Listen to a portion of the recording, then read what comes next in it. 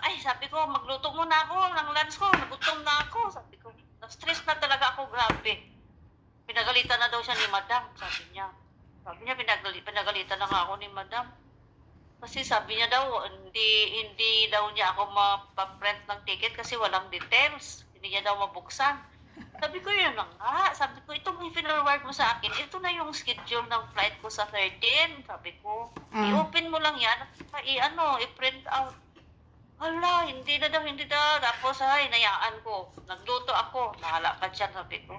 Tapos, nung check ko yung WhatsApp, 6 na message. Ayun, ano din niya. Pero, nakuha din niya yung ng aeroplano, alas 10. Tapos, alas 10 na, wala pa rin. Open gate pa rin. Tapos, wala man nakapag. Inaabot na ng 1 hour, sobrang alas 11, wala pa rin. Tapos, mag alas 12 na, namin, nag-close gate. Tapos baka sabi na ba? Wala ka, tapos na nagtinag-alala, tanong-tanong na, yun na, yung sabi ng isang ibang lahi pa. Hindi pa Pilipino. Walang staff na Pilipino mag-flight. Naalis kami. Pinahalis na kayo agad-agad? Doon na naman kami sa labas. Doon naman lahat nakaupo. Antay, ako. Nag-touch ako. Tapos tagal na naman namin kasi hintayin daw yung further announcement daw. Tapos lang, nung nag-announce na, sabi, punta daw kami sa connection desk. Diyos ko, ang layo ba naman? Pagbaba mo sa train, pagpasok mo sa immigration area, departure area, pagpasok, madaanan mo na kaagad yung yung connection desk na yan. Imagine mo sa pinapakadulog pa yung yung gate ng flight namin. Napakalayo, grabe. Tapos babalik ka pa doon. Hindi, babalik kami lang. Namin. Yung mga luggage nyo. Yung mga luggage nyo. Naka-check-in na. Doon na nga kami sa boarding. Oo nga. Tayo na lang naaakyat sa aeroplano. Ay, grabe. Stress. Ngayon, ano nangyari? Yung mga luggage nyo, binalik o?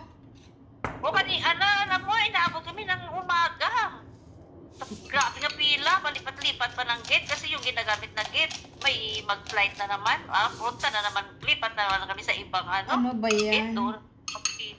Tapos, napakabagal pa. Kasi nga, yung kailangan mo pa kasi ng yung sa residency, tapos yung mag-exit, tapos yung mga tourist. Dami-dami kayong mga doon. Tapos nung nag-announce na sila. Yung secretary nyo? Yun nga. Tapos kanina, bubo pa niya. Ako pa kan. Ano ba yan? Ako pang hinahanapan niya. Di na-stress ka ng todo? Inaabot kami kanina ng umaga na. Umaga na kami nakaagad doon. Tapos, takbuhan na naman kami kasi yung immigration mag-close na. May ang pinakalas, lahat-lahat naman ng pasahero, doon na naman kami nagpila. Kaya pala, hindi, yung priority nila na i-flight ngayong araw, yung may baby, at saka yung, di ba may mga tourist na, yung yung expired ng visa, yung araw na yun, expired na yung visa para makabalik na sila sa Pinas. Yun ang tapos kailangan pa, i-claim mo pa yung luggage mo kanina. Siyempre, dadaan ka sa immigration, mag-exit ka na naman. Tapos tagal na naman ang pila. Ay, nala. Kaya inabot ka ng umaga. Ano sabi ng boss mo? Hindi pa sila dumating. Bukas pa sila darating. Yun ang nakakainis pa kasi pag darating sila bukas, may isang araw pa ako Martes, kasi Martes ng gabi na naman ako aalis dito. May one day na naman ako mag-unpack ng mga bagay nila, maglaba, maglansa. Sana magpahinga pa ako. Ba't kailan ang kasal? 16. Yun ang one day na i-prepare kasi magpasukat pa daw ako ng damit, maghanap ako ng sapatos. Di ko alam, mahiraman ako ng sapatos. Manghiram na lang ako kung wala. Siyempre, mapilitan na naman ako bibili kahit mumurahin lang. Ba't kailan ba kasal? Ayaw kong bumili dito kasi hindi ko nakita yung damit nga, di ba? Kailan ba kasal? Katapusan pa, di ba? Ano ka?